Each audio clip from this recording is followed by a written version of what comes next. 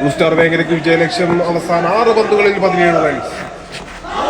തുടക്കം കുറിക്കുന്ന ഒരു വൈഡോടുകൂടി ഇനി 6 പന്തുകൾ ബാക്കി, 16 റൺസ് വിജയലക്ഷ്യം.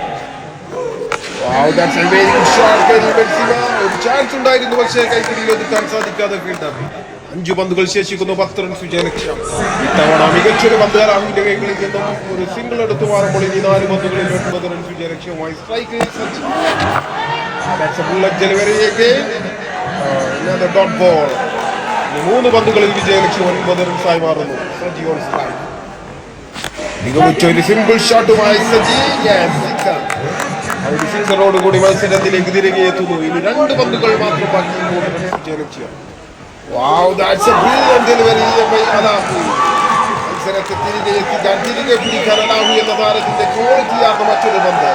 ഒരൊറ്റ പന്ത്, 3 റൺസ് വിജയലക്ഷ്യം. സജി ിപ്പിച്ച് ത്രസിപ്പിച്ച് മറ്റൊരു മത്സരത്തിന് തിരശ്ശീല വീഴുമ്പോൾ മത്സരത്തിൽ ബ്ലൂ സ്റ്റാർ വേങ്ങര വിജയികളായിരിക്കുന്നു.